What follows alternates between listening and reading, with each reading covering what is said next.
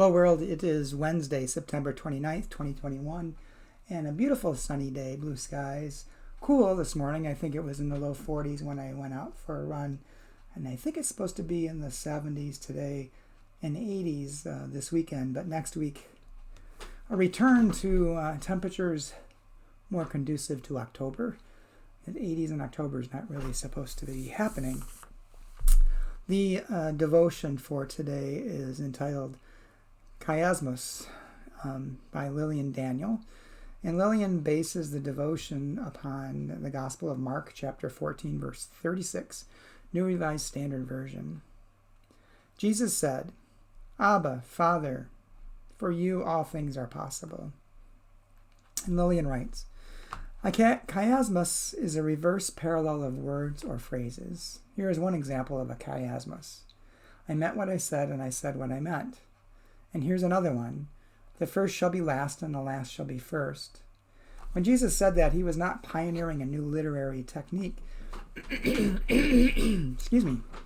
He grew up with chiastic structures in the Hebrew scriptures. They often show up in oral traditions because they help listeners memorize complicated ideas, like the biblical flood narrative that reverses 10 plot components in a huge chiasmus that runs through 4 chapters of Genesis.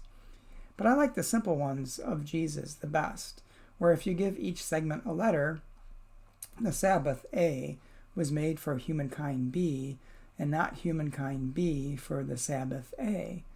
Then you end up with what the grammarians call an Abba chiasmus. Abba was an intimate address, an appeal to God as Father that reflected the prayer language of Jesus' day. Mark's Gospel, written in Greek, deliberately preserved Abba in Aramaic. How miraculous, then, that so many centuries later, in a language not my own, I know this word, Abba. How wondrous to rediscover the Abba chiasmus from grammar lessons past in the literary style of Jesus, whose words are forever unveiling themselves in new and ancient forms. And Lillian's prayer. Nothing is out of bounds for you, Holy Spirit. You are always at work when we read your word.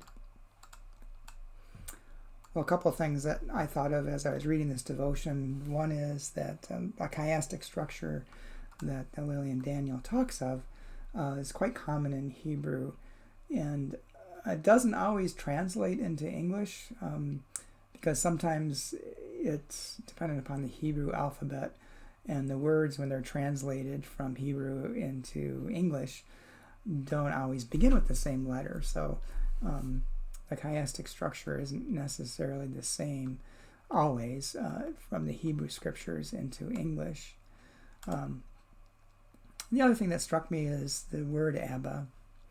The 70s group Abba, but more importantly, Abba meaning a very endearing term for God, almost like daddy in a way.